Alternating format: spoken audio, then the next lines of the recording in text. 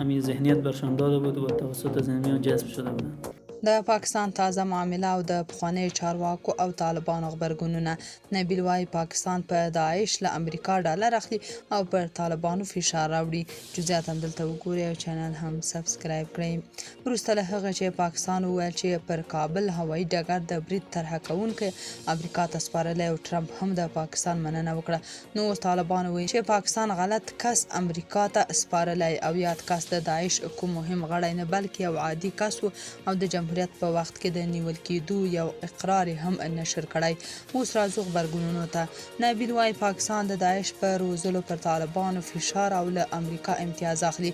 د پاکستان له لوري امریکا ته د کابل پر نړیوال هوایي ډګر د برید طرح د سپارلو په اړه د ملي امنیت پخواني رئیس رحمت الله نبی لیکلي دا چاره ثابتوي چې د افراطي ډلو مدیریت او دوی ته جهت ورکول د پاکستان پټې استراتیژۍ دي.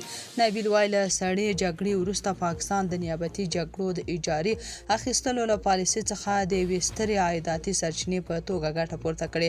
نوموړی وایي پاکستان د داعش مرکزونو په ایجاد سره غواړي له یو لوري له امریکا څخه امتیاز واخلي او له بل لوري پر طالبانو فشار راوړي.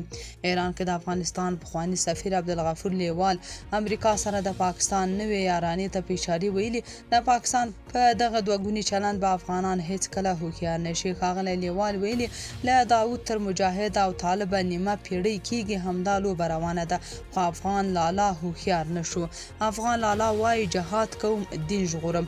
هغه ویلي امریکا تل په پاکستان باندې افغانستان وران کړی افغانان یې پرې وژلي او بیا پاکستان ته ووایي چې دروي غواړه او راوي سپاره.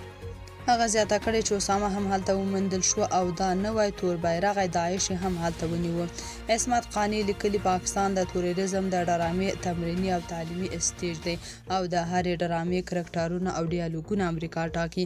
د کابل د هوایي ډګر په چاودنه کې امریکا ته سپارل شوی شخص هم همداسې وګڼه چې د سی آی ای او آی اس آی مشترک پیداوار به وي. که فیرنګ او امریکا وغواړي نه به پاکستان وي نه به توریزم. تاسو په دې اړه څه نظر لرئ؟ کمنټ کې شریک او چینل هم سبسکرایب کړئ.